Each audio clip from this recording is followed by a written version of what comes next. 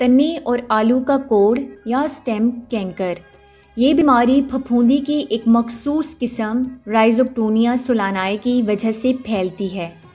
گرم مرطوب موسم اس کے لیے زیادہ موزوں ہے اور آلو کی فصل پر کسی وقت بھی حملہ آور ہو سکتی ہے۔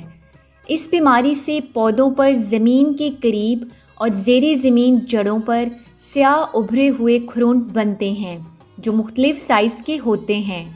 پودے کے متاثرہ حصے سیاہ ہو جاتے ہیں۔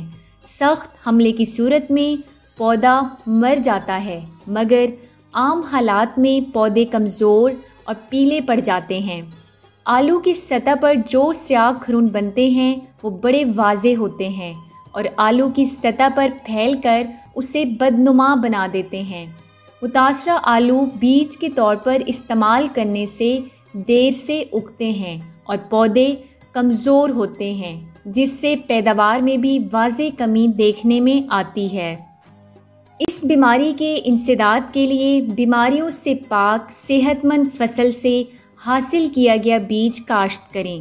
فصل ختم ہونے پر پسماندہ فضلات کو جمع کر کے جلا دیں۔